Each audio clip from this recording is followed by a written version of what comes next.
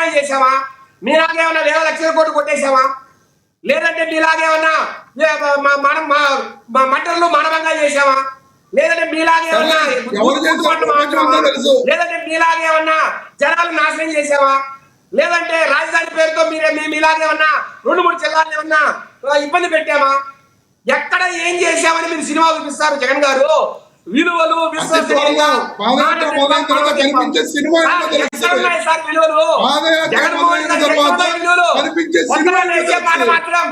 ఒకసారి అమరావతి అంటాడు, ఒకసారి 50,000 ఎకరాలు అంటాడు, ఒకసారి మావిగిరి అంటాడు, ఇంకొకసారి 3 రాజధానులు అంటాడు.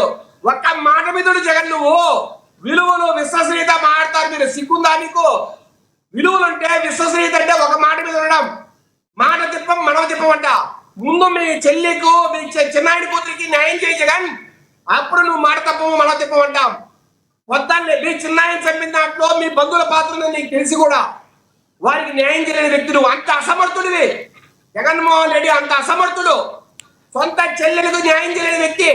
ఈయన గురించి మళ్ళా సినిమా చూపిస్తారంట. కబుర్లు వాళ్ళ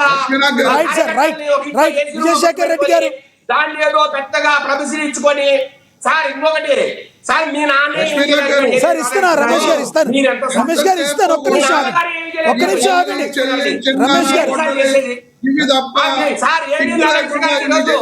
రమేష్ గారు మాట్లాడితే అర్థం కాదు. తెలుగుదేశం పార్టీ అండగా ఉంటుంది సార్, పవన్ కళ్యాణ్ గారు అండగా ఉన్నారు, బీజేపీ అండగా ఉంది. మీ వల్ల ఏమవుతారు సార్? సార్ ఒక్క కేసు పెట్టి మగోళ్ళు అయితే మీరు, రాధాకృష్ణ గారి మీద ఒక్క కేసు పెట్టుకొని మగోళ్ళు అయితే మీరేంటి సార్ మాట్లాడేది? సార్ రాధాకృష్ణ గారిని విజయశేఖర రెడ్డి గారు ఒక్కటి చెప్పండి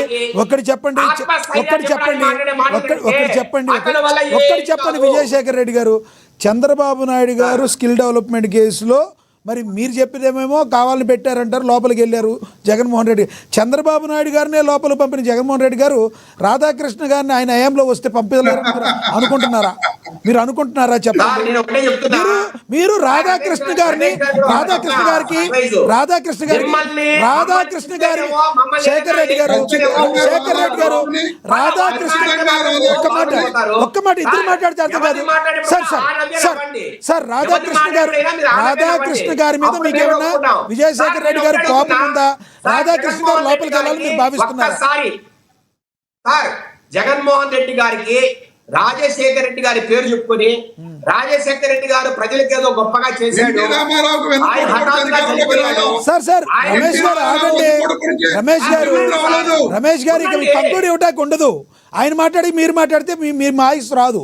దయచేసి ఒక్క నిమిషం కాదు సార్, మీకు ఇస్తాను.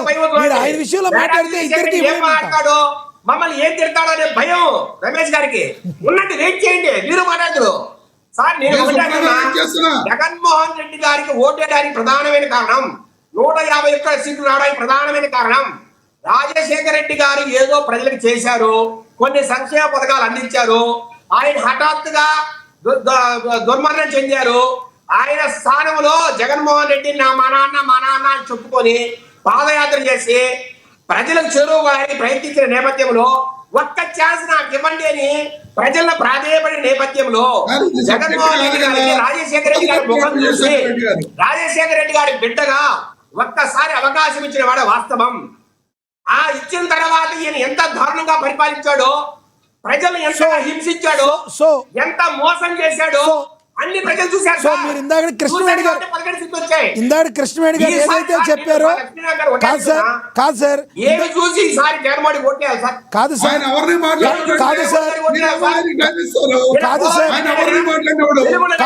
రమేష్ గారు ఇస్తాను.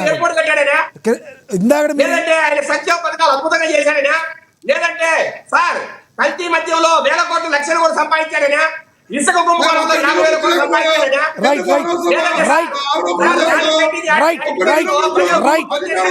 మీ అభిప్రాయం అర్థమైంది విజయశేఖర రెడ్డి గారు.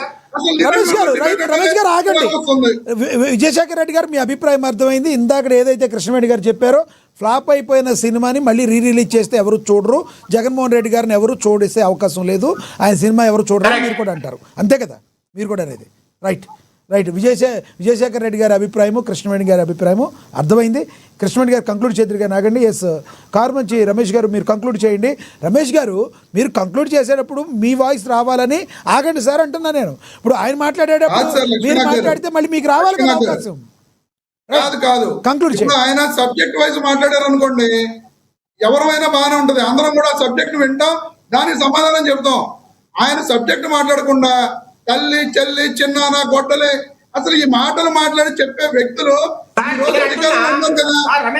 ఆగన్నా సిగ్గు లేకుండా మళ్ళీ ఇప్పుడు కేంద్రంలో మీరే అధికారులు ఉన్నారు,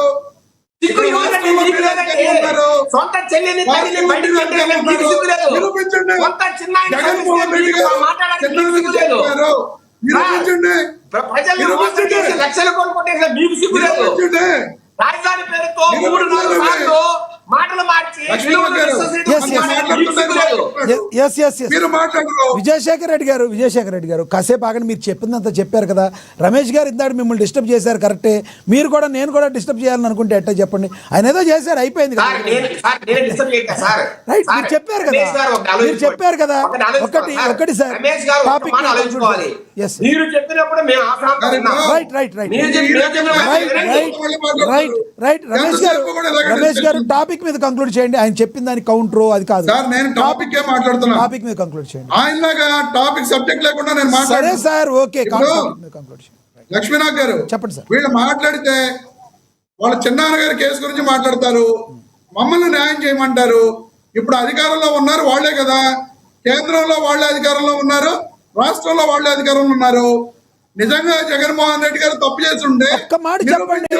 ఒక్క మాట మీరు అడిగిన నేను అడిగిన దానికి మీరు సూటిగా చెప్పండి. ప్రజలు చూస్తున్నారు, కేంద్రంలో అధికారంలో ఉన్నారు, అక్కడ అధికారంలో ఉన్నారు, ఇక్కడ అధికారంలో ఉన్నారు కాదు. భారతీయ జనతా పార్టీ భారతదేశంలో అత్యంత బలంగా ఉన్న రాష్ట్రం ఏంటో చెప్పగలరా మీరు? ఆంధ్రప్రదేశ్.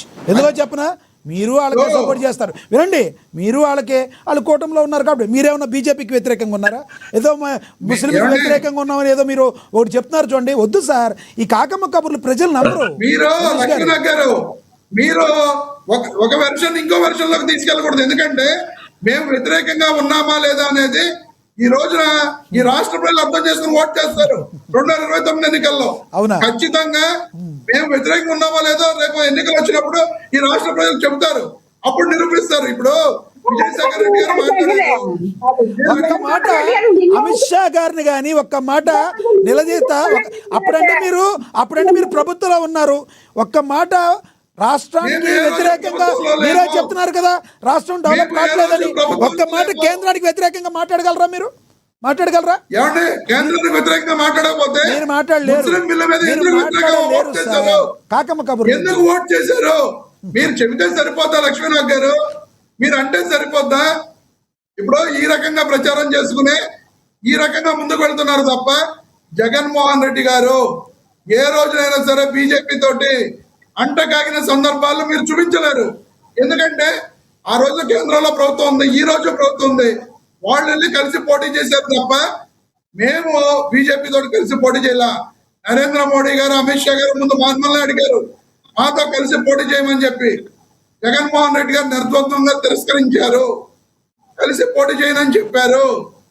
మరి ఈ రోజున కలిసి పోటీ చేసి ఉంటే ఎందుకు బీజేపీ భావజాలం మీకు నచ్చదా? మీది వేరా? ఓట్ల కోసం అంశాల వారీగా వాళ్ళకి నచ్చితే ఓట్ చేస్తాం, నచ్చకపోతే విభేదిస్తాం. అంతే తప్ప మేమేమి వాళ్ళలాగా బీజేపీ తోటి కలిసిపోయి వాళ్ళతోటి అందితే చుట్టూ అందకపోతే కాళ్ళలాగా మా వ్యవహారం అయితే ఉండదు. ఇంకో విషయం కూడా చెబుతున్నాను లక్ష్మీనాథ్ గారు, నేను వీళ్ళు అధికారంలో ఉన్నారు, మాట్లాడితే వివేకానంద రెడ్డి గారి హత్య గురించి మాట్లాడతారు వీళ్ళు. నిజంగా జగన్మోహన్ రెడ్డి గారికి కానీ అవినాష్ రెడ్డి గారికి కానీ సంబంధం ఉంటే వీళ్ళు నిరూపించి శిక్ష పడేటట్టు చూడమనండి. మాట్లాడితే ప్రతి డిబేట్ లోనూ ఏ అంశం వచ్చినా సరే సిగ్గు లేకుండా అటు టీడీపీ జనసేన కూడా వివేకానంద రెడ్డి గారు కోటలి ఇది మాట్లాడతారు, లేదు తల్లి చెల్లి ఇది మాట్లాడతారు, లేదు అసెంబ్లీకి రావట్లేదు, ప్రజా సమస్యల్ని మాట్లాడటం లేదు. ఈ 3 టాపిక్లు తప్ప మరి మీరు గతంలో కరెక్టే గతంలో పవన్ కళ్యాణ్ 3 పెళ్లిళ్ళు తప్పితే జగన్మోహన్ రెడ్డి ఏదైనా మాట్లాడారా?